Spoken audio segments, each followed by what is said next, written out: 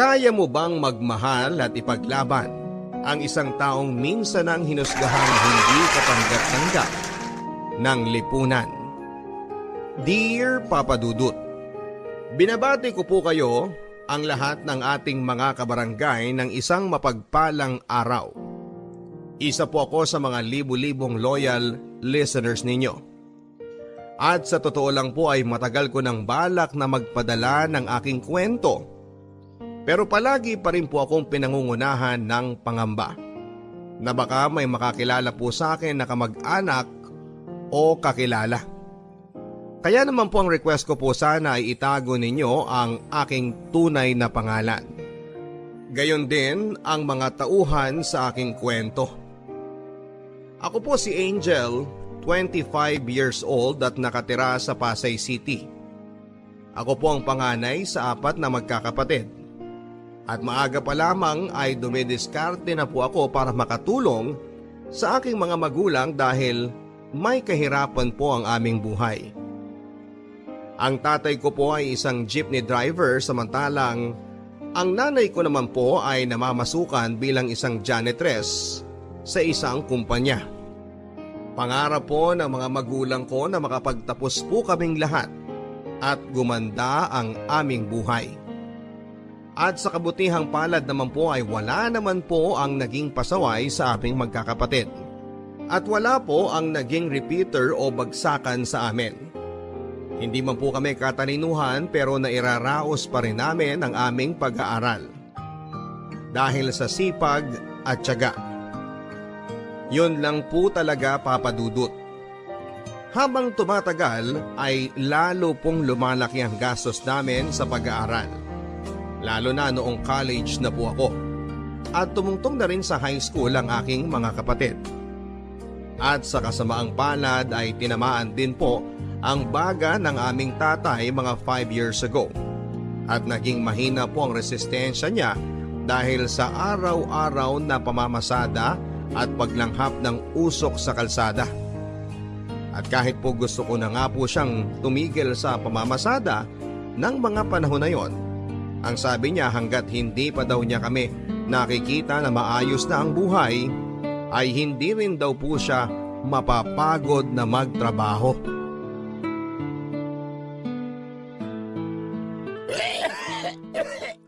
Ay nako, grabe naman yung ubo mo.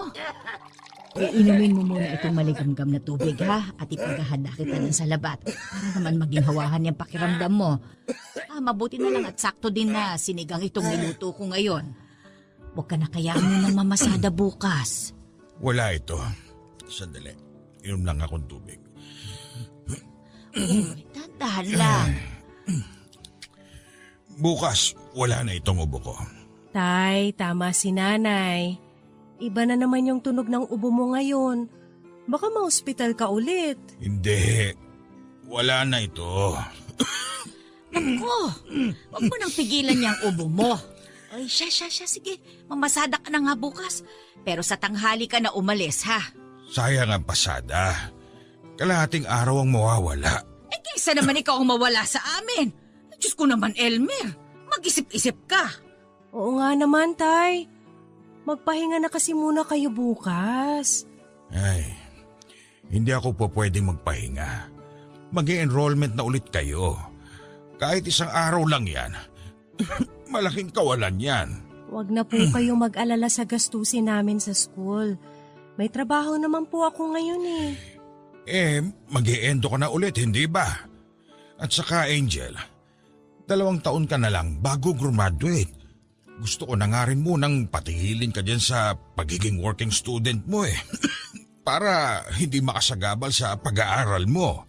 Tay, kaya ko naman pong pagsabayin ng pag-aaral at ang pagtatrabaho. Kumpara naman sa inyo, hindi hamak na mas malakas ang katawan at resistensya ko. Huwag niyo na po akong alalahanin. Ay, hindi yan ang pinupunto ko. Ang ibig kong sabihin, kahit pa malakas siyang katawan mo, mahirap mag-aral ang katawan at utak na pagod. Baka mamaya yan pa ang maging dahilan para madelay ka sa pag-graduate. Tay, gagraduate po ako. Pangako yan sa inyo ni nanay. Kahit na ano pang mangyari, hindi ako papayag na hindi ako makapagtapos sa takdang panahon. Gusto ko na rin po makakuha agad ng regular at mas maayos na trabaho pagka-graduate ko. Huwag niyo na po ako masyadong alalahanin.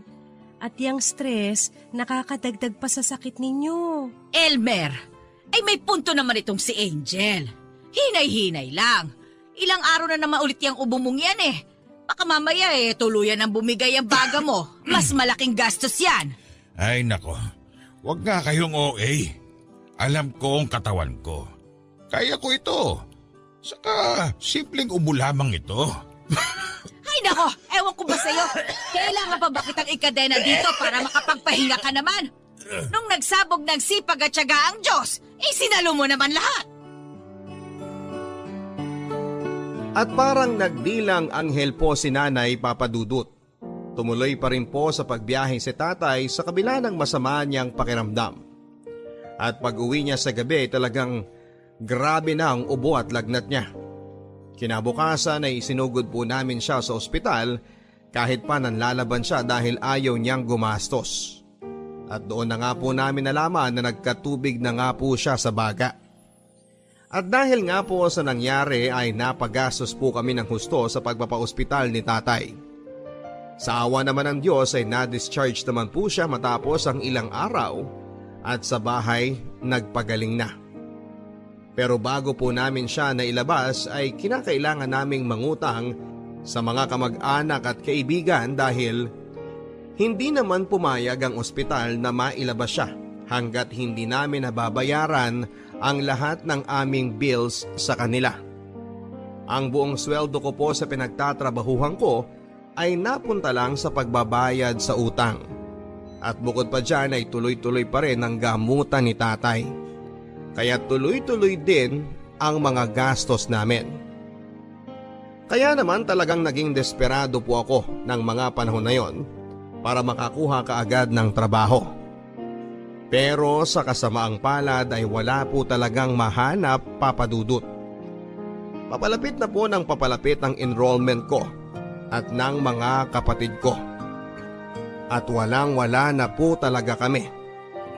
Kaya't iniasa ko na lamang po sa Panginoon ang kahihinatnan naming pamilya. Angel! OMG! Mary! Kamusta ka na? Uy, blooming ka! Naku, hindi. Nagkapera lang ng konti, kaya gumanda. Oo nga. Mukhang big time ka na ngayon, ah. Saan ka na ba nakalipat ng work? Naku, medyo nahirapan nga ako nun maghanap pagkatapos nating maendo. Pero ayun, sinwerte namang nakahanap din ako ng trabaho. So, saan ka na ngayon? Ha? Sa call center. Call center? Uy, may opening ba sila sa part-time? Ha? Naku, wala ngayon eh. Pero huwag ka mag-alala. Kapag nagkaroon, sasabihan kita kaagad. Grabe, ang hirap talagang makahanap ng part-time na trabaho ngayon. Karamihan talagang full-time ang gusto, no? Gusto ko nang patusin yung iba eh, pero night shift naman. Paano pa ako makakatulog niyan kung may pasok ako sa umaga? Naku, alam mo, ang gawin mo, magtrabaho ka na lang kaya ng isang buong taon. Tumigil ka muna sa pag-aaral, tapos mag-ipon ka muna. Hindi pwede. Nangako ko kina nanay at tatay na gagraduate ako on time. Pangako ko rin yun sa sarili ko. Pangit din kasi tignan sa resume kung lalampas ako sa 4 na taon. Baka isipin agad, bumagsak ako. Ay, naiiyak na nga ako, Mary eh. Sobrang lapit na ng enrollment tapos kulang na kulang pa rin yung pang tuition ko. Gusto mo ba, pahiramin muna kita? Naku, wag na! At saka, di ganun din. Kailangan ko rin humanap ng ipambabayad sa'yo. Pinatagal ko lang yung problema. Ang kailangan ko talaga ngayon, trabaho.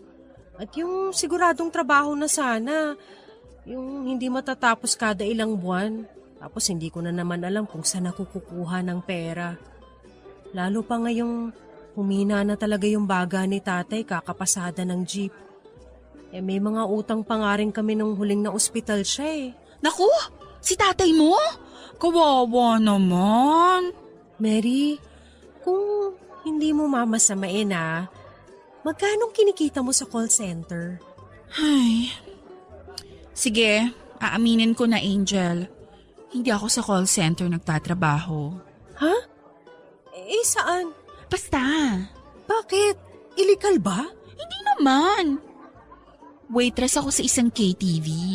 Uy, bakit? Anong masama sa pagiging waitress? Hindi ako yung basta-bastang waitress, ha? Ha? Ibig mong sabihin, nagko-call girl ka? Hindi kagaya ng iniisip mo at ng marami dyan.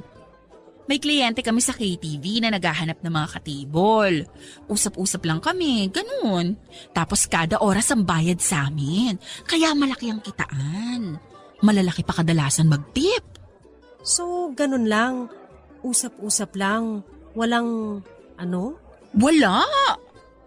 Well, depende sa'yo yun kung papayag ka sa kliyente mo kapag nag-alok. Tapos kapag naging bastos na yung kliyente, may bouncer naman kami. Ah, so usap-usap lang talaga. Oo! Gusto mo bang itry? Ha? Parang hindi ko kaya. Okay, sige. Naiintindihan naman kita. Pero kung magbagong isip mo, tawagan mo lang ako, ha? O kahit kung gusto mo lang ding umutang, huwag ka mahiyang magsabi sa akin, okay? Sige, salamat Mary ah. Papa Dudut, nagulat po ako noon sa confession sa akin na yon ni Mary. Nakatrabaho ko po si Mary sa isang maliit na grocery, kay darang ko po siya at kapareho ko siyang working student. Masiyahin at palaban na babae si Mary, Papa Dudut. Tulad ko, working student din siya at ang nakababatang kapatid niya po ay special child. Iniwan din po sila ng kanyang ama noong mga bata pa sila. Kaya ang nagtaguyod sa kanilang tatlong magkakapatid ay ang nanay niya. Kaya kung tutuusin ay mas malaki nga rin po talaga ang gastos ni Mary sa pang-araw-araw dahil sa sitwasyon nilang pamilya. Kaya nga rin po ako nagulat nang sumunod na magkita kami ay talagang mukhang yumaman na siya. At doon po ako napaisip kung magkano po kaya nga talaga ang kinikita niya sa KTV para umasenso ng ganon kabilis.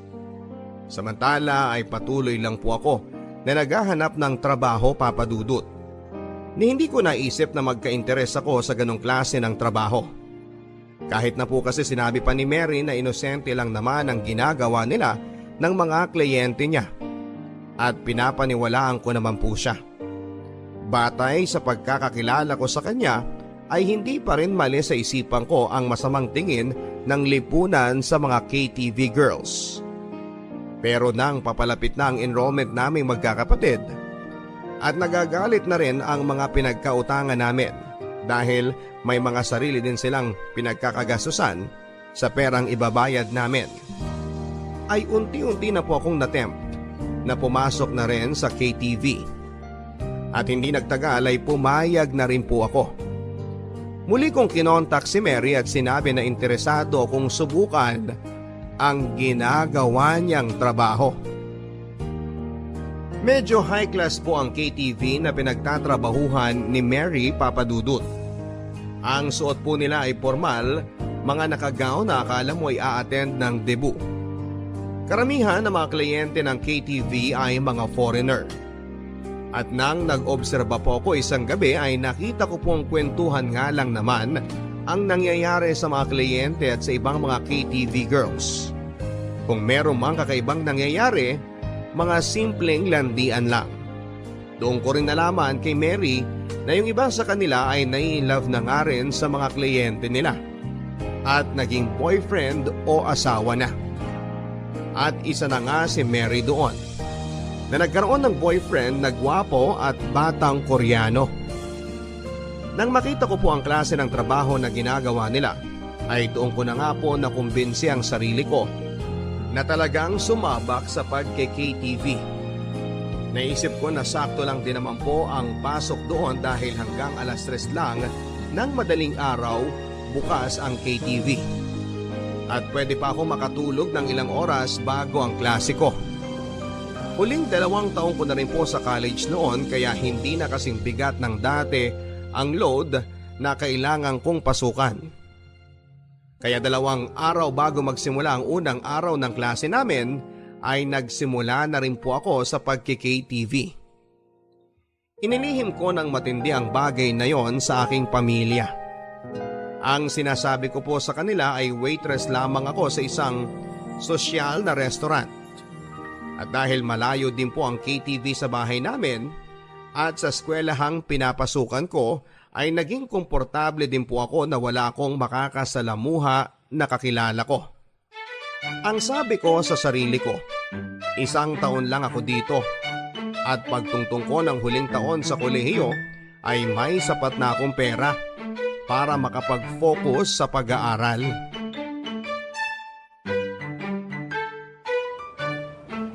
Miss!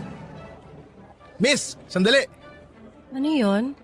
Naiwan mo tong cellphone mo sa pila sa cashier. Hala! Naku! Salamat! Salamat ng marami. Naku, wala yun. Buti na lang pala ako yung kasunod mo sa pila. Kung iba nakakuha niyan, baka hindi na binalik sa'yo. Pwede ba akong makiupo dito? Sige, sure. Naku, maraming salamat talaga. Wala ako sa wisyo Puyat kasi ako kagabi. Naku, okay lang yun. Ano ka ba? Nangyayari naman sa atin lahat yan. Ako nga pala si Jeremy. Ako naman si Angel. Nice to meet you, Angel. Magka-course tayo, di ba? Nakikita kita dati sa org, pero parang hindi ka na active. Oo. Nung second year kasi ako, hindi na nga ako nakakapag-active. Working student kasi ako kaya hindi ko na kaya magdagdag pa ng extracurricular activities. Wow! Ang galing mo naman. Buti nababalanse mo. Medyo mahirap. Pero kakayanin para sa ekonomiya. Actually, ako dapat magtatrabaho din ng part-time. Pero hindi ko na tinuloy. Ayos lang. May scholarship din naman ng varsity. Ay, oo nga pala. Kaya pala medyo familiar ka. Kasi nasa basketball team ka nga pala. Oo nga, pero palagi namang bangko. Sa totoo lang, alam mo, gusto ko nga rin mas maging active dito sa school Gusto ko mag-audition sana sa theater group. Kaso, alam ko naman eventually aalis din ako kasi hindi kakayanin ng schedule ko. Saan ka ba nag-work ngayon? Ha? Sa restaurant. Nag-waitress ako pagkatapos ng klase. Ganun? Saan bang restaurant yan para makakain naman ako dun minsan? Malayo Sa restaurant na yung nasa loob ng isang building sa may Global City. Para talaga yun sa mga empleyado ng mga kumpanya sa building. Talaga? Ang layo pala, no? Sayang naman. Pero buti hindi ka na haggard sa pagkukommute mo tapos may pasok ka pa. Medyo hassle nga Kasi umaabot ako sa rush hour kaya halos 2 oras ang biyahe. Pagdating ko doon, hulas na ako. Ikaw? Nahuhulas? Parang hindi naman. Sigurado ako na maganda ka pa rin kahit sa tingin mo haggard ka na. Naku, basketbolero ka talaga. 1 oras pa lang tayo nag-uusap. Nambobola ka na. At dahil nga sa hindi sinasadyang pagkakataong yon, ay naging magkaibigan kami ni Jeremy Papadudut. Magkabatch po kami pero sa ibang section po siya. Naging instant din po ang pagiging magaan ng loob ko sa kanya. Mabait po si Jeremy, masiyahin, masipag, hindi man po siya ganon kagwapo. May dating po siya. Lalo pat miyembro siya ng basketball team. Kaya hindi nga po nagtagal ay parang nagka-crush na nga po ako sa kanya. At ramdam ko din po na may crush din siya sa akin. Hindi nagtagal ay parang naging mag-MU na kami. Lalo pat pareho naman kaming single. Palagi po kaming magka-text at malimit na magkasabay na rin po sa pagla-lunch. Wala din po kasi akong halos na barkada sa school kasi nga po eskwelahan, trabaho at bahay lang ako. Lalo na noong first year pa lamang kung kailan ang mga estudyante ay bumubuo pa lamang ng kani-kanilang mga grupo. Si Jeremy naman po ay halos ang mga barkada ay mga varsity din. Kaya naman minsan ay nahihila na rin po ako sa mga lakad nila. Gayon pa man ay may isa pa rin pong humaharang sa pagkakaibigan namin ni Jeremy. At eto na nga po ang aking pagpapakatotoo at ang aking lihim na trabaho sa KTV. Natatakot po kasi ako na magbago ang tingin niya sa akin, lalo pat masama ang tingin ng lipunan sa mga kagaya namin. At para hindi na nga po manganak ang kasinungalingan ko sa aking totoong trabaho sa gabi, ay sa tuwing mapag-uusapan po namin ni Jeremy ang tungkol sa aking pag-working student, ay agad ko pong tinatapos o nililihis ang usapan. Pero hindi po nagtagal, ay mas naging mahirap na po sa akin ang magtago nito. Lalo na noong nanligaw sa akin si Jeremy ng formal, at ako naman ay na-fall na rin sa kanya.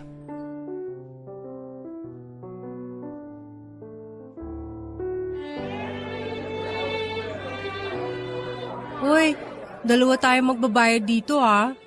Hindi ako papayag na ililibre mo na naman ako. Ang mahal-mahal sa restaurant na to. Uy, ano ka ba? Ako ang sasagot dito. Ako nagyaya eh. Hindi nga sabi eh. Split tayo dito ha. At saka ang dami kong in-order. Okay lang yan. Sus, birthday ko naman eh. Birthday? 2 linggo nang nakakaraan yung birthday mo tapos libre pa rin to? Hindi na, maghati na tayo sa bill. Sumweldo naman ako eh. Ay, sige na nga. Pero may ibibigay muna ako sa'yo. Ha?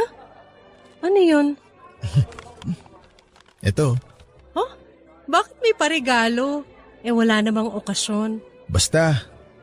Nakita ko yan tapos naalala kasi kita. Ano naman kaya to? Uy, ang ganda naman itong bracelet. Nakita ko yan sa mall tapos naalala kita. Alam kong matutuwa ka dyan kasi di ba nga mahilig ka sa stars? Jeremy, mukhang mamahalin to ah. Okay lang. Mahal din naman kita eh. Hindi ko matatanggap to, I'm sorry. Angel, please. Huwag mo sanang mamasamain. Hindi ako nagbubuhat ng bangko pero napapansin ko na gusto mo rin ako. Bakit hindi pwede? Jeremy, ayoko muna. Masyado ako maraming iniisip sa mga panahong to. Marami akong responsibilidad. Kailangan ko mag-focus sa pag-aaral. Eh di dalawa tayo. Angel, pareho naman tayo ng course eh. Magka-batch tayo. Eh di sabay tayong mag-aral. Hindi naman natin kailangan ng maraming quality time eh. Dahil nagkikita naman tayo sa school. At isa pa, tanggap ko naman na may trabaho ka. Basta, hindi muna pwede. Pero mahal mo ako. 'Di ba? Oo. So wala namang magbabago sa sitwasyon eh. Itutuloy lang natin yung ganito. Ang magbabago lang yung status natin from single to in a relationship na. Kaya hindi ko maintindihan, Angel. Jeremy, hindi mo pa ako lubos na kilala. Angel, ano ba kasi ang sinasabi mo na yan? Bakit? Anong klaseng tao ka ba? May kaso ka ba? Nagnakaw ka ba? Nakulong ka ba? Kung hindi ka naman nanlalamang ng kapwa, wala ka naman dapat na ipangamba. 'Di ba? Walang magbabago sa atin. Sige. Tingin ko dapat mo na rin namang malaman. Ano ba kasi yon, Angel? Jeremy, hindi ako sa restaurant nagtatrabaho. Okay. So, saan ka nagtatrabaho? Sa KTV. Sa KTV? Nagtatrabaho ka sa KTV? Bilang waitress? Bilang KTV girl. Ano? May mga kliyenteng pumapasok sa KTV. Gusto ng good time sa loob ng ilang oras. Yung iba naghahanap ng mga makakausap. Pipili sila sa amin tapos kapag nagustuhan ng isa sa amin, Tama na. kapag nakapili na sila, iti-table na kami. Tapos, Tama na sabi! sabi ko na nga ba eh, ganyan na magiging reaksyon mo. Bakit wala naman akong nilalamangan ah? Tapos sasabihin mo walang magbabago? Sarili mo ang nilalamangan mo. Dahil nagbebenta ka ng katawan. Hindi ako nagbebenta ng katawan. Aliw oo, pero katawan hindi. Pero ano nga ba naman ang pinagkaiba nun sa'yo? Katulad ka rin nila. Wala ka rin palang pinagkaiba sa mga mapanghusgang tao. Ito na yung bracelet mo. At ito naman yung bayad sa kinain ko.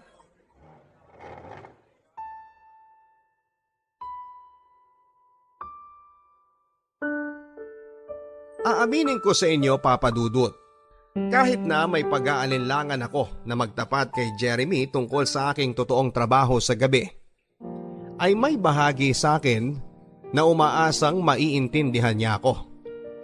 Nakakaiba siya sa lahat ng mga tao na nakilala ko.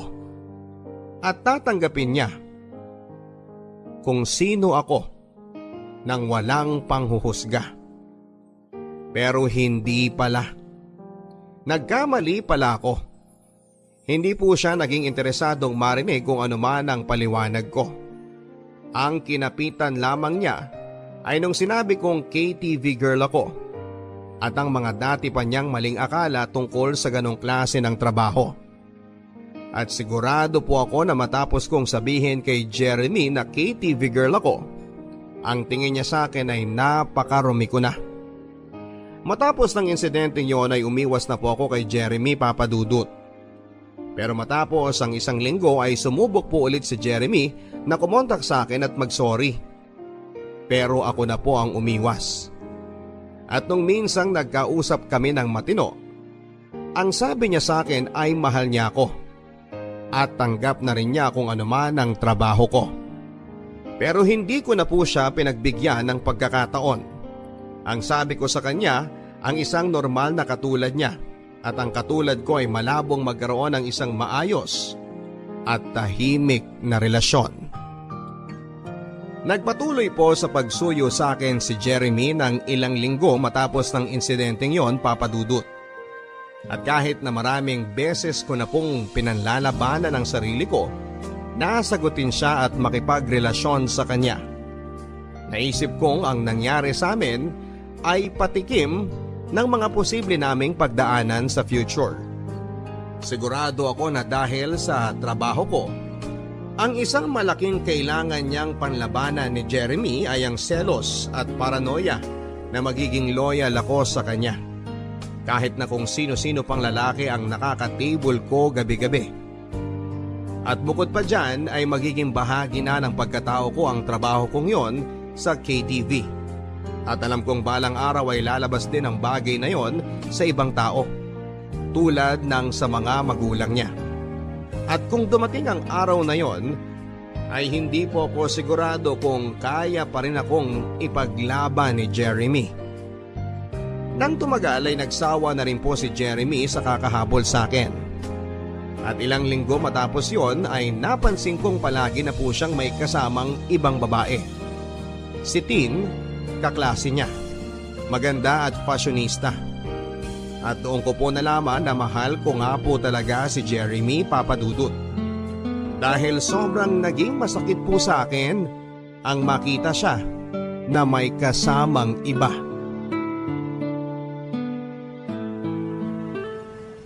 Angel! Oh, Jeremy, Angel, pwede ba tayo mag-usap? may trabaho ako ngayon eh. Angel, please. Kahit isang oras lang. Sorry, wala akong isang oras. Ito na yung bus. Angel! Ay, sorry po ma'am. Angel, please. Bakit ba? Siguro naman pwede na tayo mag-usap ngayon. Ano bang gusto mo? Angel, mahal pa rin kita. May girlfriend ka na, di ba? Nakipaghiwalay na ako kay Tin kagabi. Hindi ko na kayang lokohin pa yung sarili ko eh. Ikaw ang mahal ko. Jeremy, please. Huwag mo nang pahirapan ang sarili mo. Huwag mo na rin akong pahirapan. Angel, tanggap ko na. Tanggap kita kahit ano pa yung trabaho mo. Pero sa isip mo, marumi pa rin ako, di ba? Hindi. Wala na akong pakialam kung ano man ang trabaho mo. Ni hindi mo man lang ako pinakinggan nun, Jeremy. Hindi mo pinakinggan yung paliwanag ko. Nagalit ka kaagad. Hinusgahan mo kaagad ako. Pero niloko mo rin naman ako ah. 'Di ba? Kung hindi mo kinakahiya yung ginagawa mo, bakit hindi mo sinabi agad sa akin? Bakit nilihim mo? Bakit nagsinungaling ka? Sorry. Natakot lang din kasi ako na hindi mo ko matatanggap. Hindi ko rin naman akalain na magkakagusto ko sa'yo ng mga unang linggo nating pagkakakilala eh. Hindi pa kita mapagkatiwalaan na maiintindihan mo ko at hindi mo ko agad uhusgahan kapag nalaman mo. Tapos nung unti-unti na ako nagkakagusto sa'yo, doon na ako mas lalong natakot na mawala ka. At ganun na nga ang nangyari. Kaya Jeremy, mas makakabuti talaga kung kalimutan na lang natin ang lahat na nangyari sa atin. Mabuhay ka na lang ng matiwasay. Ayoko na rin guluhin pa ang buhay mo. Pero, paano kung gusto kong guluhin mo ang buhay ko? Angel, I want you in my life. Kahit na sino o ano pa ang nakaraan mo. Kahit ano pa ang maging desisyon mo. Igagalang ko. Gusto kong maging bahagi ka ng buhay ko. At gusto ko rin sana na maging bahagi ako ng buhay mo. Jeremy, nasasabi mo yung mga yan ngayon dahil hindi lang tayo ang involved. Paano kung mas lumalim na ang relasyon natin? Paano mo ko ipapakilala sa mga magulang mo? Kung ako nga mismo hindi ko pa masabi sa mga magulang ko. Tayong dalawa naman ang magsasama eh. At kung mahal din ako ng mga magulang ko, kailangan nilang tanggapin at igalang ang mga desisyon ko sa buhay. Kaya please, Angel, bigyan mo naman ako ng pagkakataon oh. Sumama ka sa akin ngayon sa trabaho. Magmasid ka lang. At pagkatapos ng gabing to, tsaka ka magdesisyon kung mamahalin mo pa rin ako. At kung ano man ang maging desisyon mo, igagalang ko. Ang akala ko ay tatanggi sa akin si Jeremy Papadudut, pero sumama po siya sa akin ng gabing yon. Pero sa totoo lang po ay gusto ko rin po naman talagang sumama siya sa akin. Para makita niya mismo ang klase ng trabaho na ginagawa ko. At para mapayapa siya na hindi yon tulad ng inaakala niya. At ng ibang tao kapag narinig ang trabaho ng isang babae ay KTV girl. Nang gabing yon ay naging medyo distracted po ako sa trabaho, Papadudut. Alam ko po kasi na nanonood sa akin si Jeremy. Maya't maya ay sinusubukan ko po siyang sulyapan para makita kung ano ang reaksyon niya. May mga pagkakataon din kasi na ang kliyente kong hapon ng gabing yon ay inaakbayan ako. Pero nahirapan po akong makita ang reaksyon ni Jeremy dahil medyo madilim ang lugar. Pero matapos po ang ilang oras ay napansin ko po na umalis din siya. At doon na po ako talagang nalungkot at halos maiyak. Dahil alam kong hindi kaya ni Jeremy ang makita na ako ay nakikipagkwentuhan at inaakbayan ng ibang lalaki. Kahit na trabaho lang.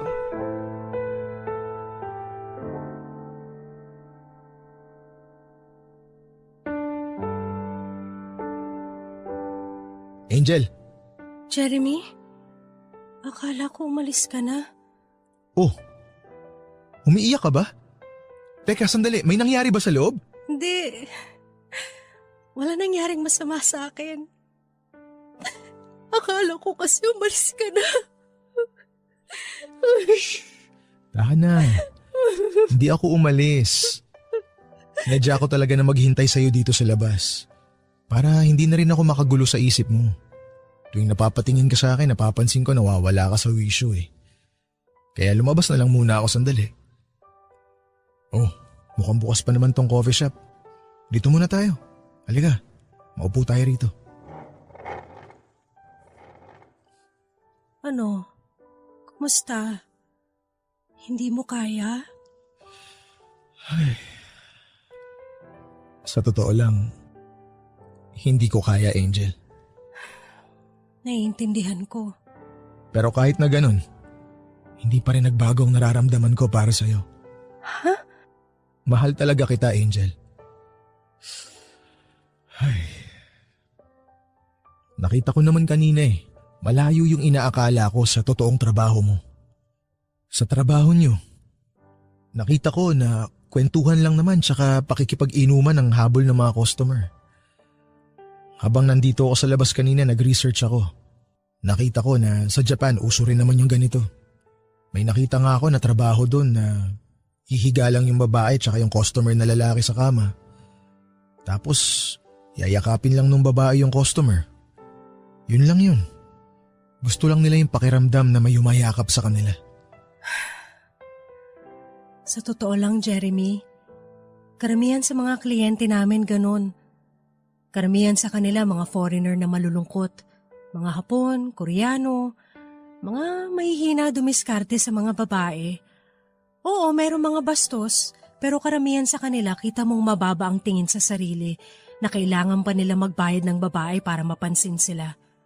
Ang lungkot naman. Karamihan ng mga tao iniisip na puro sexual lang ang ginagawa naming mga KTV girls. Pero kadalasan, para kaming psychologist. May kliyente ako dati, umiyak lang. Nagkwento tungkol sa asawa niya na hiniwalayan siya. Alam mo, sa tingin ko kahit papano, sa loob ng ilang oras, natulungan ko siya. Nakakuha siya ng kausap, ng taong pakikinggan siya at hindi huhusgahan. Pero paano kapag nagkagusto sa'yo? Paano yun kapag na-fall sa'yo? Hindi naman maiiwasan yon, pero syempre, kailangan ko lang ding dumistansya. At saka meron din naman kami mga bouncer dito. Kapag lumalampas na sa dapat yung kinikilos ng kliyente, sisenyasan lang namin sila at aawatin na nila. Pero paano kung nasa labas na? Mukhang delikado yun.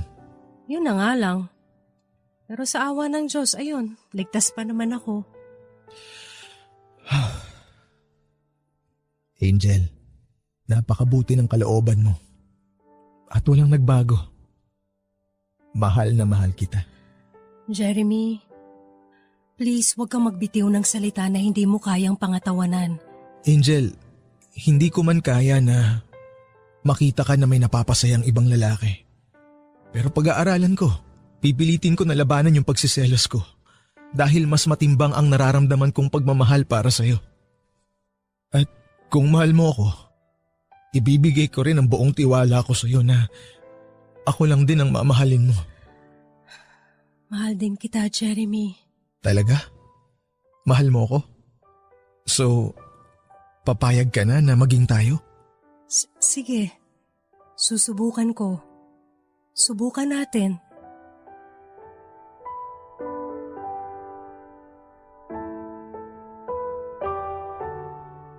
At nakipagrelasyon na nga po ako kay Jeremy Papadudut. At sa awa ng Diyos ay naging maayos naman po ang aming samahan. Sa katunayan nga po ay hinahatid at sinusundo po ako ni Jeremy sa trabaho ko. Natatakot daw po kasi siya na mapano ako lalo pat madaling araw na akong umuuwi at may kalayuan ng bahay ko sa KTV na pinagtatrabahuhan ko. Natatakot din daw po siya na baka may magkagusto sa aking kliyente at maging stalker ko. Bagay na nangyayari na nga rin po sa akin, eventually nang may isang Hapon na magkagusto sa akin. At sa labas ay doon ako pinipilit na makipag-date sa kanya. At kung wala nga po si Jeremy ay baka kung napano na ako ng gabing yon. Sa eskwelahan naman po ay malaking tulong din sa akin si Jeremy. Dahil magka-batch kami, sabay po kaming nagre-review kapag may exam. Kapag may mga nami-miss ako na mga notes dahil kung minsan ay inaantok ako sa klase dahil na rin sa puyat sa trabaho, ay pinapahiram niya ako ng notes. At sa awa ng Diyos ay naitawid naman po namin ang first sem sa kolehiyo dahil na rin sa aming pagtutulungan. Sa puntong yon, wala na po akong mahihiling pa sa Diyos. Nakakuha ko ng loyal at understanding na boyfriend. Nakakaipon ako ng malaki dahil sa trabaho ko at gumaan-gaan na po ang buhay naming pamilya. Gayunpaman ay nanatili pa rin pong lihim sa aking pamilya ang aking totoong trabaho. Hindi ko pa rin po makayana na umamin sa kanila.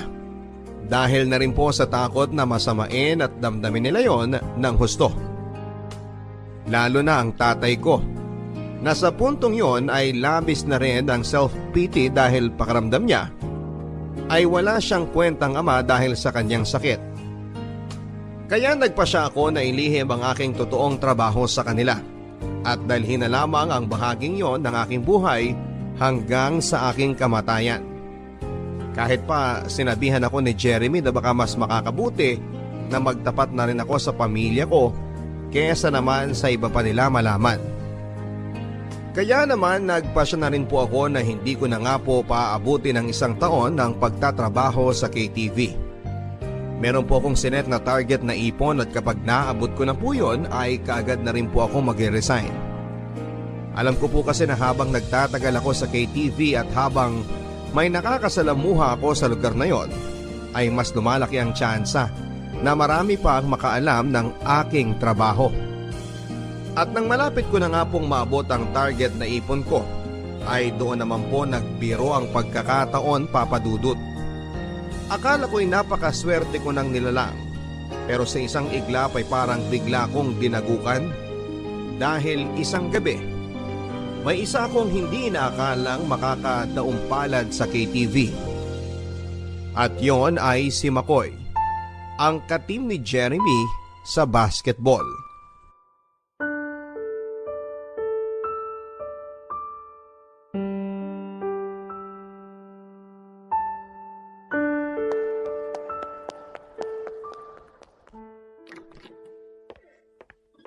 Oh, bakit? Anong problema?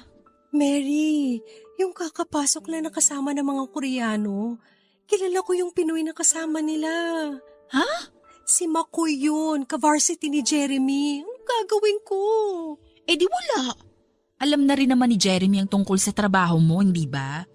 O bakit ka magkakaroon ng pakialam dun? Mary, masama ang ugali niyan. Sinubukan na kong pormahan yan kahit na kami na ni Jeremy. Eh ayun na nga, alam na rin naman ni Jeremy eh. Hindi yun yung kinakatakot ko. Paano kung ipagkalat niya? Angel, may kliyente ka sa table 13. Mary, anong gagawin ko? Paano kung siya yan? Angel, kung siya man yan, nakita ka na niya. Kung siya makatable mo, eh di mas maganda para makaharap mo siya at makausap.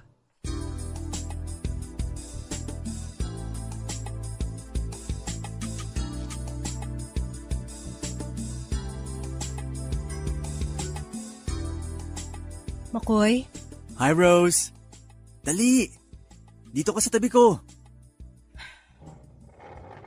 So, Rose pala ang KTV girl name mo ha? Mas bagay naman kasi yung Angel, mapanlin lang eh. Makoy, para lang malinaw. May rule kami dito sa KTV na walang bastusan. Table-table lang to. Usap-usap lang. Kaya huwag ka magbalak ng kung ano dahil isang senyas ko lang sa bouncer at ilalabas ka nila dito. Oh, easy. Sungit mo naman. Bakit? Nag-uusap na naman tayo ah. Wala naman akong ginagawang masama sa'yo. Hindi pa nga kita nahahawakan eh. Kung gusto mo nang mababastos sa gabing to, huwag ako. Humanap ka ng iba. Uy, ngayon lang ata ako nakakita ng prosti na mataas ang pride ah. Hindi ako prosti. Oh, sige, oo na. Eh ano bang tamang tawag sa trabaho nyo? Escort? Ka-table? GRO? Alam ba ni Jeremy to? Oo. We, di nga. Eh di kung gusto mong malaman, itanong mo sa kanya bukas. Uy, atapang na tao talaga. So, ibig mong sabihin, pumayag siya na jowain ka niya kahit na alam niyang gabi-gabi, iba-iba ring lalaki ang kasama mo? Wow! Totoo palang true love. Hindi ako pumapatol sa mga lalaki na kung sino-sino kagaya ng iniisip mo. Pero pumapatol ako ng suntukan sa mga bastos na kagaya mo. Sige nga. Sapakin mo nga ako ngayon. Pwede ba uminom na lang tayo? Di, dali na. Sapakin mo ako. Alam mo kaya kita nagustuhan dati? Alam ko kasing palaban kang babae eh. Yun pala, sa ibang bagay ka lumalaban. Tumigil ka na, Makoy. Dali na. Oh, eto, pisngin ko oh. Sapakin mo na ako. Akin yung kamay mo. Bitiwan mo ko. Dali na. Ang dami mo pang arte. Bitiwan mo ko. Kuya Leo!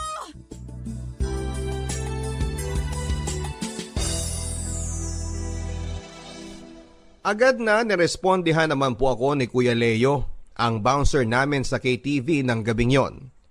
Pinalis po ang grupo nila sa KTV para hindi na magkagulo pa. Samantala, pinayagan naman po ako ng mabait kong manager na huwag na munang tumanggap ng iba pang kliyente sa gabing yon. Agad ko pong tinawagan si Jeremy at nagpasundo. At pagdating po niya ay doon ko ikinuwento ang nangyari. At hindi ko po akalain na yon ang magiging unang away namin ni Jeremy, Papa Dudut. Noon ko lang po na-realize kung gaano pala talaga kahirap kay Jeremy ang pigilan ng sarili niya na maparanoid at magselos. At ngayong kakilala pa niya at mas malala pa, si Makoy pa ang naging kliyente ko na notoryo sa pagiging basagulero at playboy sa eskwelahan namin. At ramdam kong medyo natamaan ng pride ni Jeremy. Pero mabuti na lamang po talaga at mahal namin ang isa't isa at matibay na ang aming relasyon, kaya't nagkaayos din po kami ng gabing yon. Inihanda na lang po namin ang aming mga sarili sa kung ano man ang gagawin ni Makoy kinabukasan sa eskwelahan.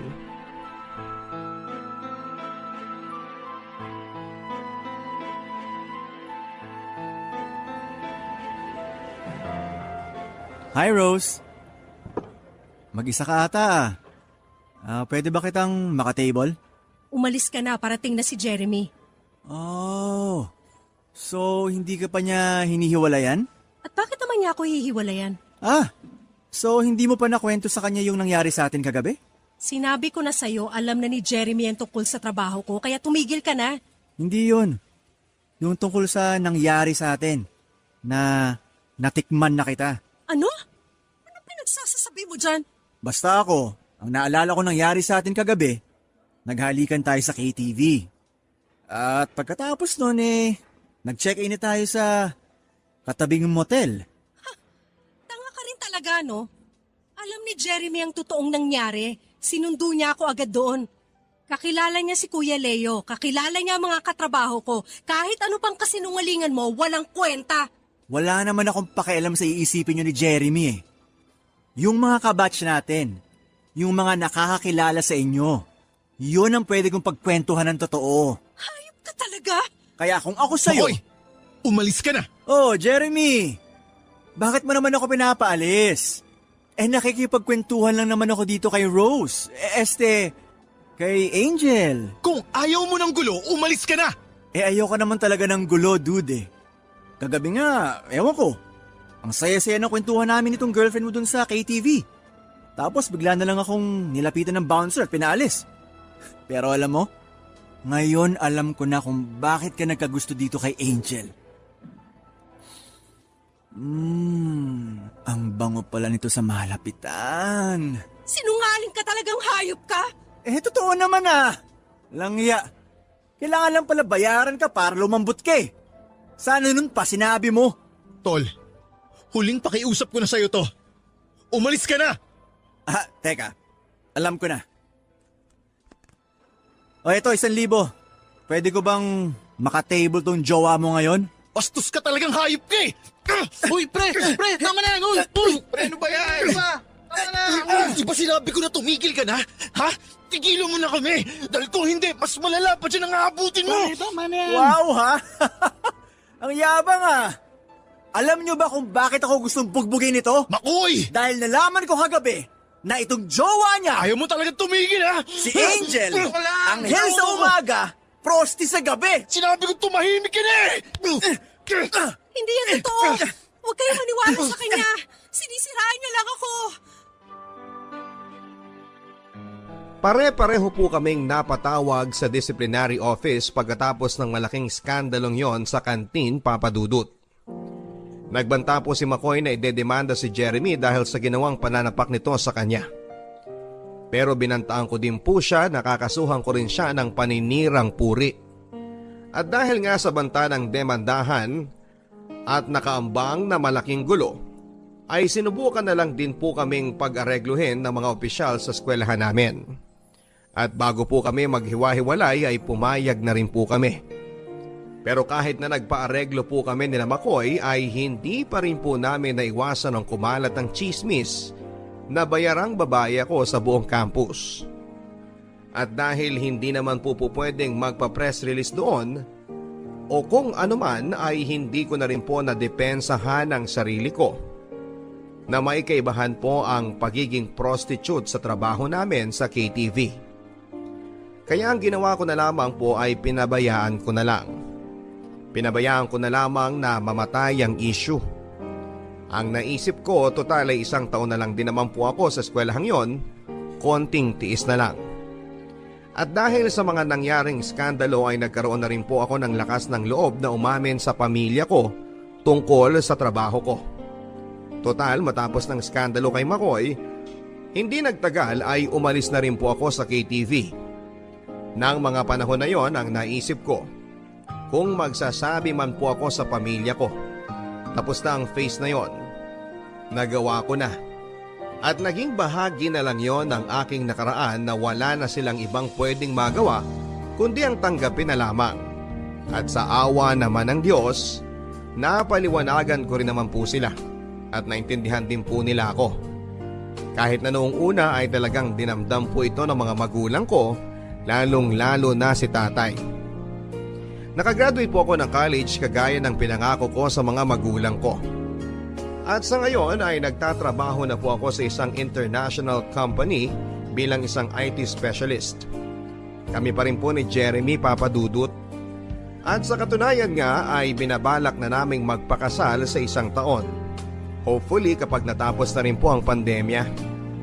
Sa puntong ito ay masasabi ko pong nakalaya na rin po ako sa aking nakaraan. Sa ngayon ay handa na ako kung sakasakaling malaman man ng ibang tao o kahit ng mga kaopisina ko ang tungkol sa pagiging KTV girl ko noon.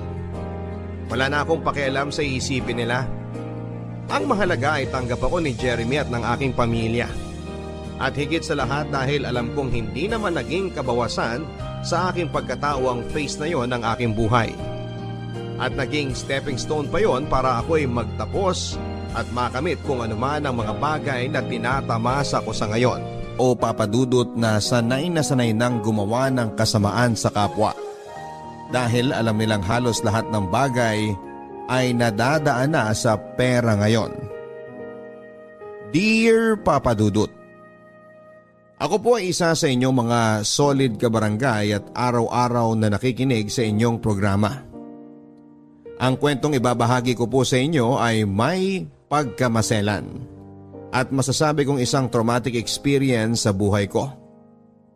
Kaya't pahintulutan niyo po ako sana na itago ko ang totoong pangalan ng mga tao dito sa aking kwento.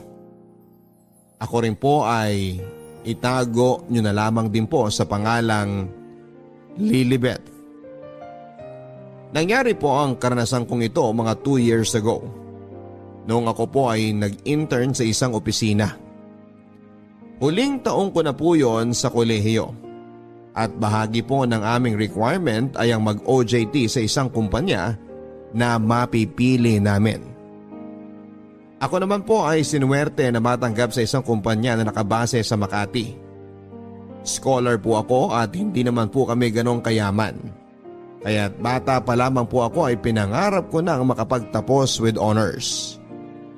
Para matanggap ako sa isang magandang kumpanya sa Makati. Para po kasing ibang mundo ang Makati sa akin, Papadudut.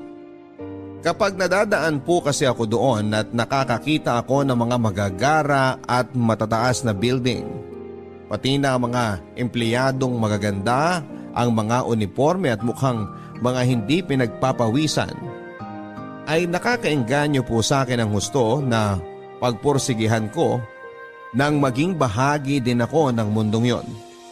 Kaya naman po laking tuwa ko talaga nang matanggap po ako sa kumpanya na aking inaplayan.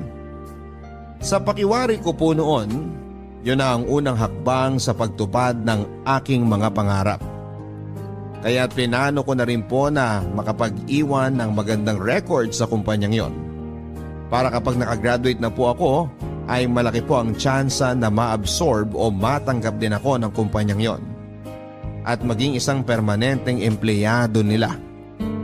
Pero ang hindi ko po akalain na mga sandaling yon, Papadudut, ay ang pangarap ko pong yon ay mauuwi po pala sa isang bangungot. Good morning po, Sir Marcelo. Hi, please have a seat. Okay, so congratulations sa first day mo rito.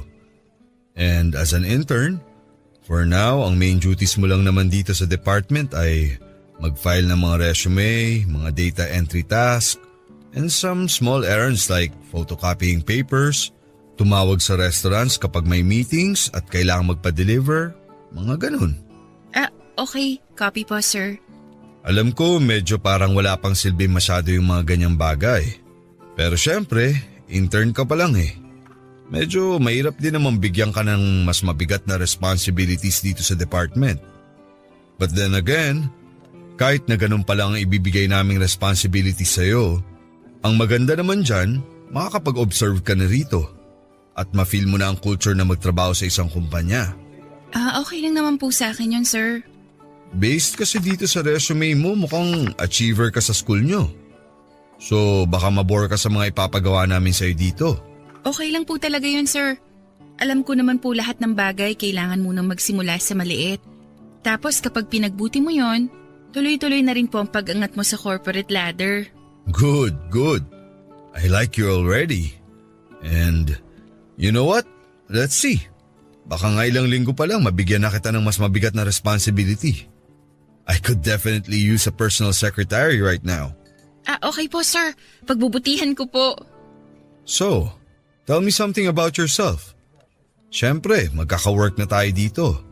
Parang magiging isang pamilya na rin tayo. So, I want to get to know you a little better. Tungkol po sa akin? Oo, pamilya mo, saan ka nakatira? 3 po kaming magkakapatid. Ako po yung second, yung kuya ko po nasa abroad po. Oh, okay. So, nangangarap ka rin bang mag-abroad? Sa totoo lang po, ayoko. Ayoko po kasing iwanan mga magulang ko. Kita ko rin po kasi kung gaano kahirap sa kuya ko ang ma-homesick at mag-adjust sa kultura sa ibang bansa. That's good. And totoo yan. Mahirap talaga sa ibang bansa. Anyway, so, anything else? Love life? May boyfriend ka na ba? Wala po, sir. Talaga? Sa ganda mong yan, wala ka pang boyfriend? Pero for sure, nagka-boyfriend ka na dati. Wala pa po. NBSB. Talaga? Neneng-nenay ka pa pala. Pero okay yan. Minsan ang mga boyfriend, distraction lang yan sa mga pangarap, di ba? Opo, sir. Nagsimula po ng maayos ang unang meeting namin ni Sir Marcelo Papadudut. Pero habang tumatagal, ay mas nagiging personal na po ang mga tanong niya. Siguro po sa halos 1 oras na magkausap kami sa opisina niya, ay 15 minutes lang po kaming nag-usap tungkol sa trabaho. At pagkatapos po noon ay nauwi na po sa kwentuhan. At habang tumatagal, ay mas hindi na po ako nagiging komportable sa mga tanong at sa mga hirit niya. Kung tutuusin ay wala naman pong lantaran na mahalay na tanong si Sir Marcelo noon. Pero nagtataka po ako na halos buong buhay ko ay parang ininterrogate na niya. Kung saan ako nakatira, saan ako lumaki, ano ang mga hobbies ko, mga pastime, kung umibig na raw ba ako. Parang nang tumatagal po ay nawawala na po ang pagiging professional niya sa pakikipag-usap. At parang gusto niyang iparamdam sa akin na magka-level lang kami. Bagay na hindi ko po alam kung tama po ba. Lalo pat may moments na pakiramdam ko po ay medyo may mga malalanding tanong na si Sir. Pero kahit na ganoon po ang nangyari ay sinubukan ko na lamang pong ipagkibit balikat ang mga naramdaman ko noon. At naisip ko pa nga po na baka masyado lang akong feelingera.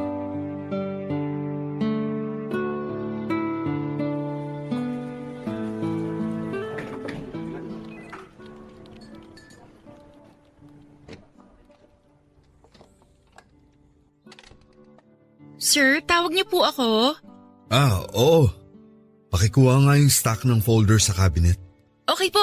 Saan ko po ilalagay, sir? Dito sa table. May papagawa ko sa'yo dyan. Okay po. May files ako dyan na ipapa-photocopy, pero hindi lahat.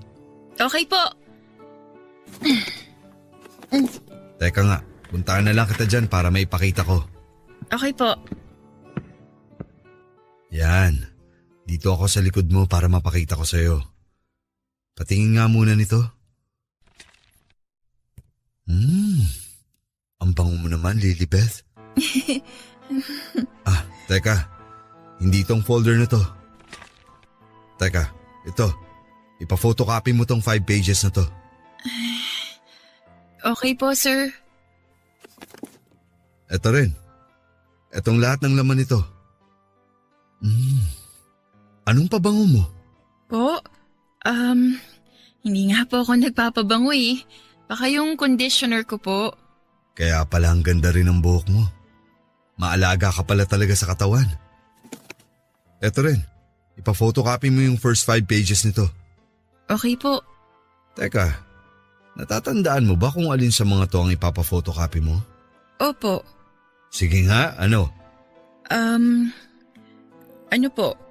Yung first 5 pages po nito, tapos yung first 5 pages din po dito sa folder na to. Mali. Lahat ng laman nito ipapa-photocopy mo, di ba? Opo. Sorry po, sir. Okay lang yan. Ang bilis mo naman madistract. Okay, sige. Yang mga yan na muna ang ipa-photocopy mo para hindi ka mahirapan. Tapos pagkatapos mo, balikan mo na lang dito yung iba, okay? Okay po. Matapos po ng mga isang linggo ng pag-i-intern ko sa opisina, ay nakaramdam na po ako ng pagkailang kay Sir Marcelo Papadudut. May pagka-touchy po kasi siya at parang walang araw pong lumipas nang hindi niya ako hinahawakan sa braso, sa balikat o sa kamay. Gayon pa man ay binigyan ko pa rin po siya ng benefit of the doubt. Nag-obserba po ako sa ibang mga kaopisina ko kung ganon din po ba siya sa kanila. And to be fair din po ay medyo mahilig talaga siyang humawak ng tao. Mapa babae man o lalaki. Ang naisip ko na baka talagang parte lamang yon ng kanyang personality. At para rin siguro maging komportable sa kanya at hindi ma-intimidate ang ibang mga empleyado. Makarisma din po kasi si Sir Marcelo sa mga tao. Siguro nga po ay kaya siya na-promote ay dahil magaling din siyang makisama. Bukod pa po dyan ay kahit na malapit na po siyang mag-50 ay may itsura din po kasi si Sir Marcelo para sa kanyang edad. Kaya nang tumagal ay napansin ko nga rin na parang crush pa po siya ng mga ibang babaeng empleyado sa opisina. Lalo na noong mga may edad na rin at matatagal nang nagtatrabaho doon. Hindi po siya kasing gwapo ng mga artista. Pero may dating po kasi siyang parang bad boy at bagets kung siya ay pumorma. Matapos po ang 2.5 linggo ay na-promote na po ako ni Sir Marcelo sa trabaho. Ginawa niya po akong personal assistant at dahil personal assistant niya po ako ay madalas na rin po niya akong pinagtatrabaho sa loob ng opisina niya. Pero dahil din po sa nangyaring pag-promote sa akin ay nakaramdam na po ako ng ibang pakikitungo sa ibang mga empleyado sa akin. Pakiwari ko po kapag tinitingnan nila ako ay may iba na silang tingin. At hindi ko po alam ay doon na nagsimula ang tsismisan sa opisina tungkol sa amin ni Sir. Dahil puro salamin po ang kwarto ni Sir ay kitang-kita po sa labas ang lahat ng nangyayari sa loob. Kaya rin po siguro ay mas naging kapansin-pansin na halos doon na po ako nag-oopisina sa mismong kwarto ni Sir Marcelo. Gayunpaman ay medyo nakaramdam din po ako ng kaunting pasasalamat na puro salamin ang kwarto ni Sir, kaya kita rin po ang mga nangyayari sa loob ng opisina niya. Nang mga panahon po kasing yon ay nagsisimula na talaga akong mailang kay Sir Marcelo Papadudut. Ramdam ko pong may kakaiba siyang kinikilos tungo sa akin. Pero dahil wala naman siyang lantarang sinasabi, ay sinusuway ko rin po ang aking sarili na maging asyomera. At minsan pa nga ay kine-question ko ang sarili ko na baka ako ang may mali siya.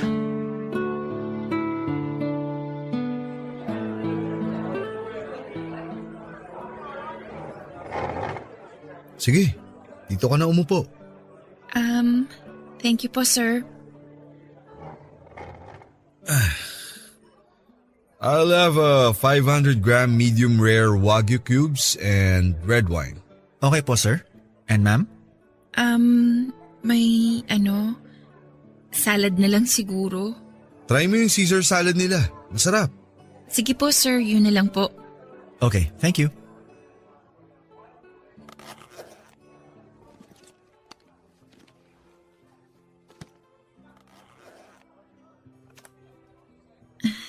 Sir, ang liit pala ng table dito. Ang hirap magtrabaho. Oh, bakit nagbubukas ka na ng laptop? Kalimutan mo na muna yan. Akala ko po maghahabol po tayo ng deadline nung... Kalimutan mo na muna yung trabaho. Mag-enjoy muna tayo. Okay po. Grabe din pala yung laptop mo, no? Parang ang bigat niya na. Dinosaur na. Wala pa po kasing budget si Mama para mapalitan tong laptop namin. Ganito, ibibili kita ng bagong laptop. Po? Well, kailangan mo rin naman yun sa trabaho. Pero gumagana pa po tong laptop namin. Pagpahingayin mo na yan. Maawa ka naman dyan. Gawin mo na lang yung backup. O kaya para sa mga kapatid mo. Ayoko rin namang laspagin yung laptop mo para sa mga trabaho natin sa opisina. Sige po, sir. Kayo po bahala. Bukas may gagawin ka ba? Wala naman po. Ganito, susunduin kita sa inyo. Tapos pumunta tayo sa mall para makapamili ka ng laptop. Sir, baka naman po may extra dun sa opisina. Yun na lang po ang gagamitin ko habang nag-i-intern ako. Wag na. Regalo ko na yun sa'yo. Po? Bakit po? Kasi mabuti at masipag kang intern. At baril lang naman yun sa akin. Sus. Sigurado po kayo, sir? Oo naman. Alam mo kasi Lilibeth, galante talaga ako sa mga taong gusto ko. Pera lang naman yan eh. Gamit lang yan. Hindi malaking bagay ang mga yan sa akin. And nasa point na rin naman ako ng buhay ko na hindi ko na pinoproblema ang pera. Gusto ko na lang i-enjoy ang buhay at pasayahin din yung mga tao na malapit sa akin. Okay. Sige po, sir. Maraming salamat. Yan. Yan lang naman ang gusto kong marinig.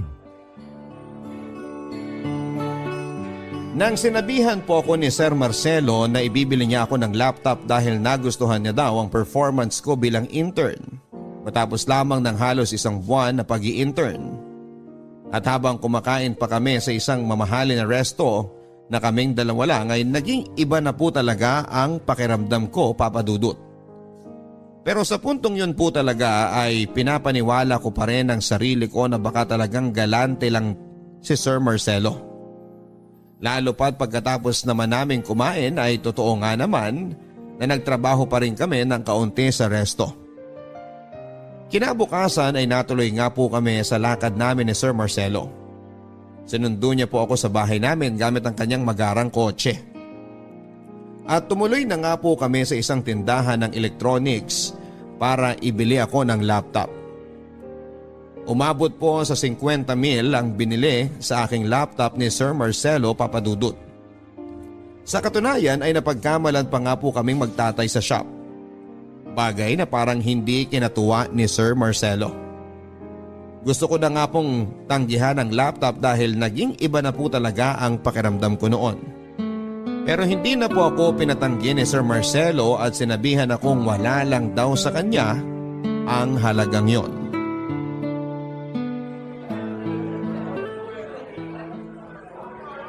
Oh, bakit tahimik ka ata? Sir, masyado po kasi talagang mahal at magara yung laptop na binili niyo sa akin. Ano ka ba? Sinabi ko na nga wag mo nang isipin yun eh. Bigay ko na yun sa'yo. Sir. Ano yun? Sir, ano po eh. Sir, ganyan po pa talaga kayo kagalante? I mean, isang buwan pa lang po ako nag-i-intern sa opisina. Baka po kasi may masabi yung iba. Bakit mo naman iisipin ang sasabihin ng iba? Eh di wag mong sabihin na binigay ko yun sa'yo. Sir, kahit naman po hindi ko sabihin, feeling ko mag-iisip at mag-iisip pa rin po sila. Mag-iisip na ano? Na ano po? Napaborito kita. Na may gusto ako sa'yo. Ay, hindi naman po. Kung sabihin kong oo, Po? sige, didiretsahin na kita. Maganda ka. I like you. Pero wag mong isipin na nililigawan kita o gusto kong makipagrelasyon sa'yo. Talagang gusto ko lang na magbigay ng mga magagarang bagay sa mga magagandang babae. Yan ang trip ko sa buhay. It makes me happy. Parang sugar daddy po? Oh, bakit naman yan agad ang naisip mo? Sorry po. Hindi naman po yun ang ibig kong sabihin. Talagang galante lang ako sa mga magagandang girls. Unless gusto mong maging sugar daddy mo talaga ako. Po? Naku sir, hindi po. Matagal na rin naman akong hiwalay sa asawa. Sabihin mo lang, game ako. Naku sir, hindi po. Huwag ka nang mahiya, Lilibeth. Sir, hindi po talaga, hindi. Hindi ko po ma-imagine ang sarili ko na ganyan. Hindi po ako ganong klaseng babae. Sorry po. It's okay. Huwag ka nang masyadong ma-stress doon. Sir, isusoli ko na lang po yung laptop. Ano ka ba? Huwag mong gagawin yan. Bigay ko na nga yan sa'yo eh. Dami mong arte. Masyado mong pinapakomplikado ang mga bagay. Sobrang na-shock po ako sa mga sinabi sa akin yon ni Sir Marcelo Papadudut. May kutob na po ako na may gusto siya sa akin at may mali siya ang pagbibigay niya sa akin ng laptop. Pero pinanlalabanan ko pa ang aking kutob at pilit na kinukumbinsi ang aking sarili na inosente at mabuting tao lang talaga si Sir. At ako ang may problema at malisyosa. Napakawalang muwang ko lang po talaga noon, Papadudot, pero ang nakakabigla po talaga sa nangyari ay kung paanong napaikot ni Sir Marcelo ang sitwasyon para palabasin na ako ang may gusto na maging sugar daddy siya. At dahil hindi po talaga ako mapakali at hindi na nga po ako nakatulog dahil sa nangyari, ay kinalunisan ang sumunod na linggo ay binalik ko na po talaga ang laptop ni Sir. Hindi ko na nga po ito binuksan dahil ayoko nang may masabi pa siya. At para rin madaling maisoli sa nabilhang shop. Hindi po agad tinanggap ni Sir Marcelo ang pagsusoli ko ng laptop. Pero nagpumilit po talaga ako, Papadudut. Para rin wala nang masabi laban sa akin. Ngunit minamasama po ni Sir Marcelo ang pagsusoli ko ng laptop. At mula nga po noon ay ginawa na niyang bangungot ang internship ko sa opisina nila. Mula po nang binalik ko ang laptop na ibinigay sa akin ni Sir Marcelo ay naging mas cold at stricto na rin po siya sa akin. At dahil malimit na doon pa rin ako sa loob ng opisina niya, nagtatrabaho ay naging sobrang awkward po at napakahirap ng kumilos. Pakiramdam ko po ay bantay sarado ako sa bawat segundo at talagang tinatambakan niya po ako ng trabaho. At dahil nga po sinoli ko ang laptop na bigay niya ay wala rin naman po akong ibang magamit na computer sa opisina. Ay ginamit ko na lamang pong muli ang mabagal at lumang laptop namin sa bahay. Isang araw ay may pinaparush po na trabaho sa akin si Sir Marcelo. At kinailangan ko pong mag-download ng isang app online dahil hindi ko po mabuksan ang file na ibinigay niya. Pero nang na-download ko na po ang app na yon, ay bigla na lang pong nasira ang computer ko. Virus po pala. Nabura po ang lahat ng files pati na ang pinaparush sa akin ni Sir Marcelo. At nang mangyari po yun ay talagang natulala na lamang po ako, Papadudut. Dahil sigurado ako na hindi po ako mapapatawad ni Sir sa nangyaring kapalpakan.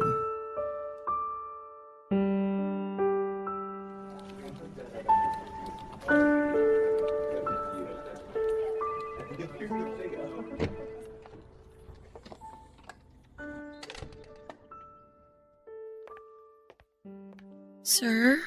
Yes, ano yun? Hihingi ka na naman ng extension para sa deadline mo. Hindi po.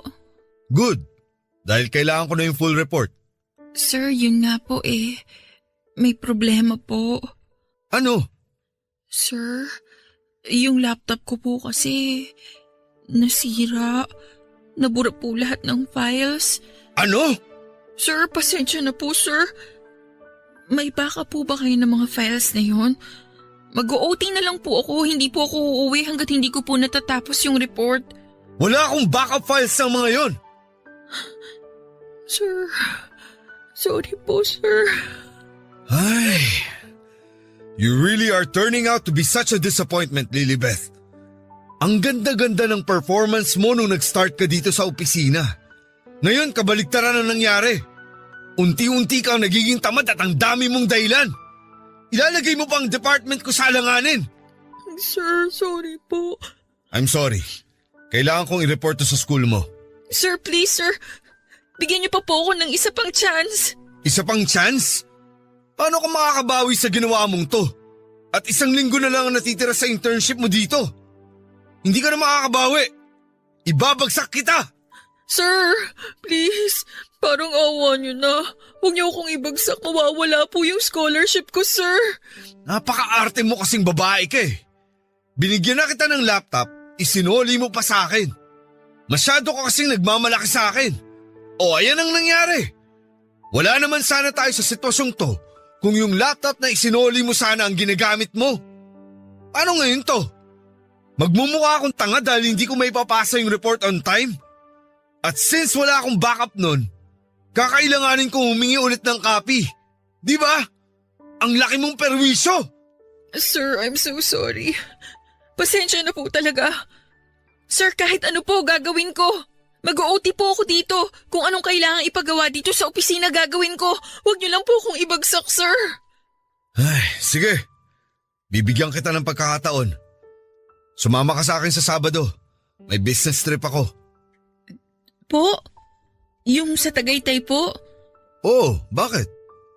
At ano na namang mukha yan? Kung ano-ano na naman ang tumatakbo sa isip mong kaartehan. Hindi po, sir. Alam mo, yung kaartehan mo nagdala sa'yo sa problemang to. Tingnan mo ngayon, umaarte ka na naman. Ayusin mo nga yung mukha mo. Hindi po, sir. Sige po, sir. Sasama po ako sa inyo. Mabuti naman. At magdala ka ng damit dahil 2 gabi tayo ron. Pag-uwi ko po sa bahay ay grabe po ang kabang naramdaman ko, Papa Dudut. Alam ko pong may mali sa pag-aaya ni Sir Marcelo sa akin sa kanyang out of town at overnight na business trip. Lalo pat umamin na siya sa akin na may gusto siya sa akin. At kahit nasabihin niya pang ako lang ang may mali siya sa utak at wala naman talaga siyang pakay kundi ang magkaroon ng assistant sa kanyang business trip, ay hindi ko po maalis sa isipan ko na pwede po akong mapahamak sa pagsama kong yon sa kanya. Gayon pa man ay takot na takot din po ako na bumagsak sa aking internship. Lahat po ng pagsisikap at pagiging masigasig ko sa pag-aaral ay mapupunta lamang sa wala. Higit sa lahat ay mawawala pa ang scholarship ko. Bukod pa sa magiging napakasama ng pagbagsak ko sa internship ko, sa aking school records at future na rin sa mga a-applyang trabaho. Kaya't pikit mata po akong sumama kay Sir Marcelo, Papa Dudut. Nilakasan ko na lamang po ang loob ko at nagdasal na hindi po ako mapahamak sa out of town na yon.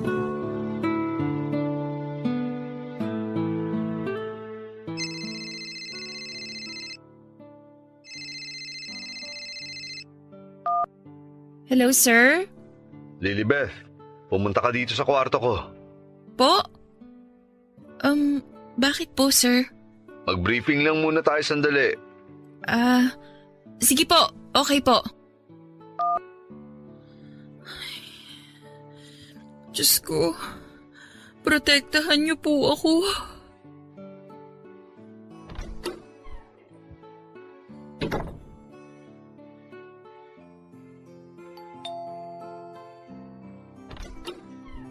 Good evening po, sir. Sige, maupo ka muna dyan.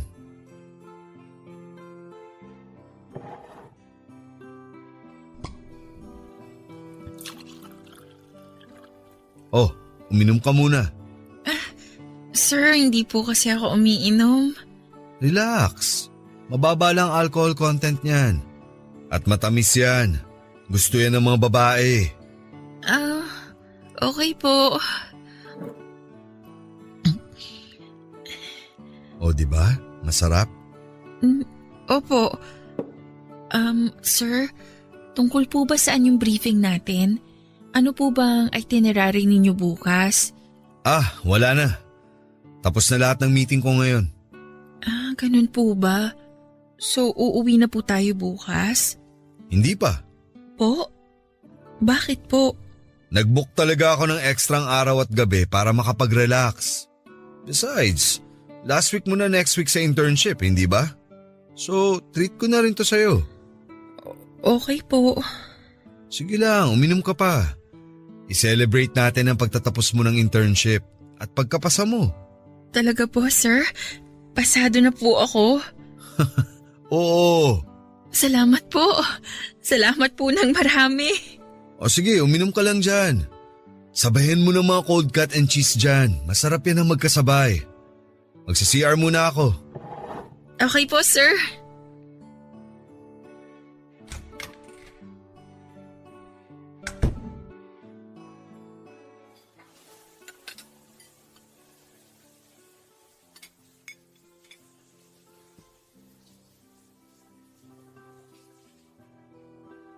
Lilibeth! Lilibeth! Ano po yun, sir? Pakikuha nga yung tuwalya dyan sa may cabinet. Paabot sa akin, nakalimutan kong ipasok. Sige po.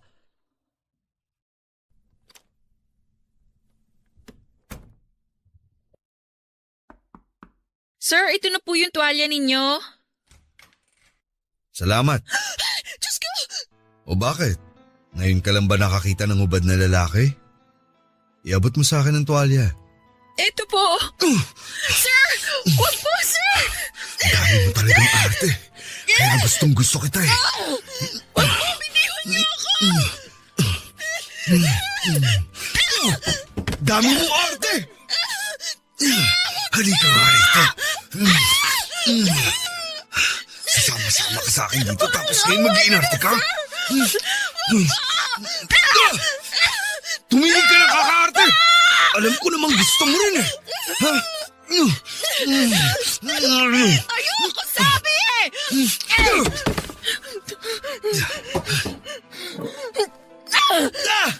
Aray! Bumalik ka nga rito! Lilibet!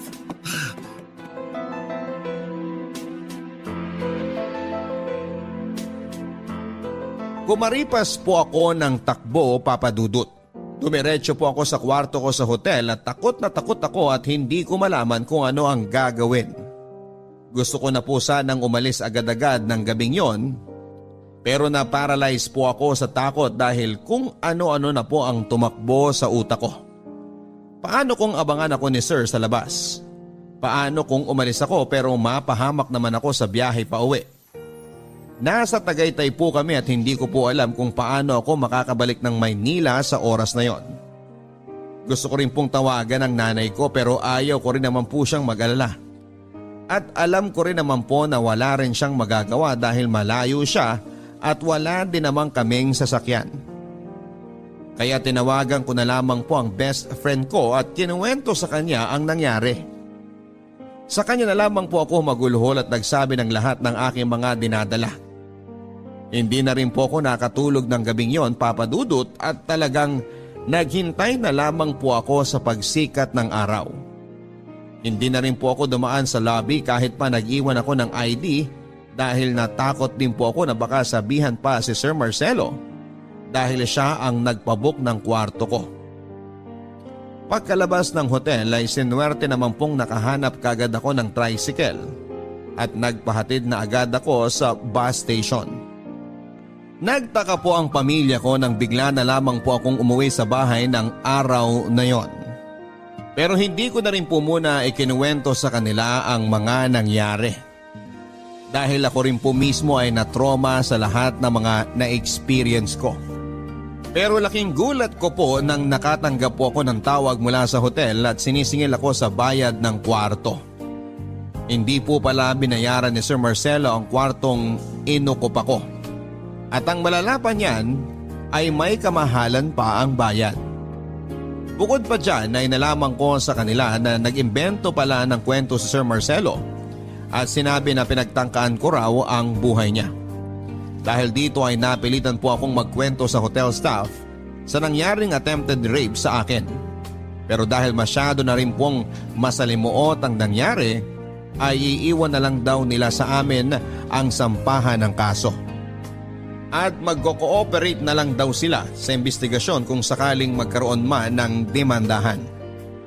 Napilitan na rin po akong bayaran ang mamahaling kwarto. At dahil po sa nangyari ay napilitan na rin po akong ikwento ang lahat ng nangyari sa aking pamilya. Inudyukan po nila akong magsampa ng kaso kay Sir Marcelo, pero alam kong kung sakaling gawin ko yon ay magiging salita niya laban sa akin yon. Dahil lahat naman po ng nangyari ay wala naman pong ibang witness at kami lang ang nakakaalam.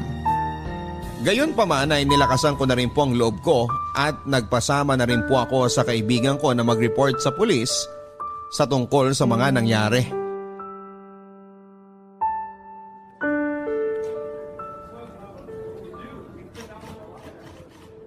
Oh, ano may paglilingkod ko sa iyo, miss? Sir, gusto ko pong magsampa ng kaso. Anong kaso? Attempted rape po. Attempted rape? Kanino? Sa boss ko po. Paano at saan nangyari? Sa isang hotel po sa Tagaytay. Sa hotel? Bakit kayo nasa hotel? May business trip po kasi siya tapos sinama niya ako. O tapos? Tapos po pinupunta niya ako rin sa kwarto niya nung gabi. Tapos nagsabi po siya na maliligo lang daw siya. Pagkatapos po nun, tinawag niya ako at pinaabot yung tuwalya dahil nakalimutan daw niya. Tapos lumapit naman po ako at inabot ko. Tapos pagbukas ko po ng pinto, hubad na po siya at doon niya po ako pinagtangkaang gahasain. Ano ba ang trabaho mo sa kumpanya? Intern pa lang po ako. Intern ka pa lang pero sinama ka na sa personal niyang lakad sa Tagaytay? Hindi po. May mga meeting po siya doon. Parang may team building kayo ron, ganon. Hindi po. Kaming dalawa lang po. So isinama ka niya sa Tagaytay na kayong dalawa lang. Hindi ka ba nagtaka kung bakit kayong dalawa lang ang pupunta doon? Nagtaka po ako. Pero nagtiwala po kasi ako sa kanya na... Na wala siyang masamang balak sa'yo? Opo. Naku, Iha. Napakawalang muwang mo pala, no? Pero matanong nga kita. Hindi naman sa may gusto kong iparating ha, pero... Wala ba kayong relasyon ng boss mo? Wala po! Alam mo, Iha, ganito kasi yan. Ang dami naming inasikaso dito. Ngayon, yung attempted rape, mabigat na paratang kasi yan at mahirap ding patunayan unless may nakakita. Dahil kung hindi, aabutin kayo ng siyam-siyam at mapapagastos pa sa mga abogado. Ang akin lang, nasa iyo yan kung itutuloy mo ang kaso. Walang problema. Pero gusto lang sana kitang balaan sa mga sakit ng ulo na pwede mangyari. Marami din kasi dito na magsasampa ng attempted rape. O minsan nga rape talaga. Eh yun pala, may relasyon sila nung dinidemanda niya tapos nag-away lang. Wala po kaming relasyon ng boss ko. At yung sinasabi niyo pong ibang kaso na magkarelasyon naman pala. Bakit? Porket po ba magkarelasyon, hindi na pwedeng ma-rape ang babae? Kapag nagpamilit na makipagtalik ang lalaki at ayaw ng babae, rape po yun. At lalo po sa kaso namin dahil wala po kaming relasyon ng boss ko. Oh, kalma lang miss. Ako naman nagpapaliwanag lang. Sinasabi ko lang na magiging mahaba at magastos ang proseso na yan. Eh kundangan kasi, bakit sumama-sama ka pa ron? Tapos alam mo naman kayong dalawa lang. Ayan tuloy, inabot mo. So ako po palang may kasalanan? Eh, hindi naman sa ganon. Tatay din ako miss. At palagi kong sinasabi sa mga anak kong babae na mag-iingat sa mga lalaki. Dahil maraming gago riyan. Ang sa akin lang naman huwag na nilang ilagay ang mga sarili nila sa alanganing sitwasyon. Alam niyo sir, kung napapalaki po ng matino na mga magulang at napaparusahan din po ang mga manyak at mga bastos ng tama para magtanda at matigil ang mga masasamang gawain nila, eh di sana mababawasan na yung sinasabi ninyong alanganing sitwasyon. At hindi na rin sana kayo mag-aalala para sa mga anak ninyong babae. Parang bigla pong lumakas ang loob ko habang kausap ko ang pulis, Papa Dudut. Parang lahat ng naipon kong galit kay Sir Marcelo sa lahat ng nangyari sa akin ay naibuhos ko sa pulis na kumausap sa akin. Hindi ko po talaga matanggap na ako pa ang parang lumalabas na nasisisi sa nangyari sa akin. Pakiramdam ko po ay kulang na lang ay tanungin niya ako kung ano ang suot ko noon at kung inakit ko ba ang boss ko. At sa puntong yon ay naisip ko rin po na malamang ay hindi lang din po ang pulis na yon ang unang tao na makakausap ko na magiging mapanghusga sa akin. At sigurado ako na sa pagsasampa ko ng kaso ay maraming tao akong makakasalamuha na magiging ganon ang baluktot na pananaw. Itinuloy ko po ang pagsasampa ng kaso, Papa Dudut, at dahil sa nangyari ay nakaabot na rin po sa eskwelahan ko ang nangyari sa akin. Sa awa naman ng Diyos, kahit papaano ay tumulong din ang aking eskwelahan at nagrekomenda po ng abogado na pro bono. Pero sa kalagitnaan ng investigasyon ay muli po akong kinontak ni Sir Marcelo.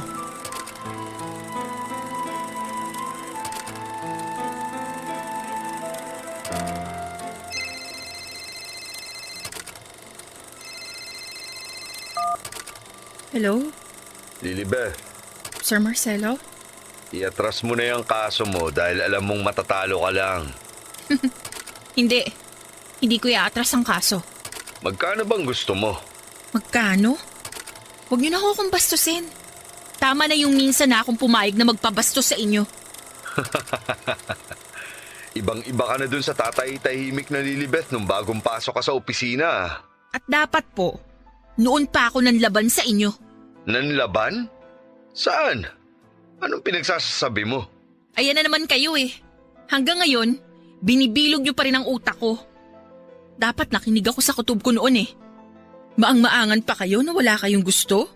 Yun pala, sa mga panahong yun, baka hinahalay niyo na ako sa imahinasyon ninyo. Hoy! Huwag kang makapal yung mukha mo. At wala akong alam dyan sa sinasabi mo. Mag-isip ka nga. Sa yaman kong to, kaya kong bumili ng kahit na sinong babae na di hamak na lamang at mas maganda pa sa'yo. Sino ka ba sa akala mo? Tandaan nyo, wala man tayong taong witness sa mga nangyari. Merong mga CCTV sa mga lugar na pinuntahan natin. Saan? Sa mga restaurant? Sa hotel kung saan tayo nag-meeting? Hoy, babaeng sinungaling! Ako ang pinasok mo sa kwarto ko sa hotel nung gabing yon. At binato mo ko ng baso sa ulo at ninakaw mo ang wallet ko. Napakasinungaling nyo? Siguro nire-record nyo to, no? Gusto nyo may masabi ako na pwedeng ikalito ko at pwede ninyong magamit laban sa akin sa korte. Buang kang babae ka. Ang bobo mo. Dapat nga magpasalamat ka at binibigyan pa kita ngayon ng pagkakataon na iatras ang kaso. Dahil alam na alam ko naman na pera ko lang ang habol mo. Hindi! Hindi ko iatras ang kaso! Mabubulo kayo sa kulungan! Hoy, babaeng magnanakaw! Ikaw ang mabubulok sa kulungan!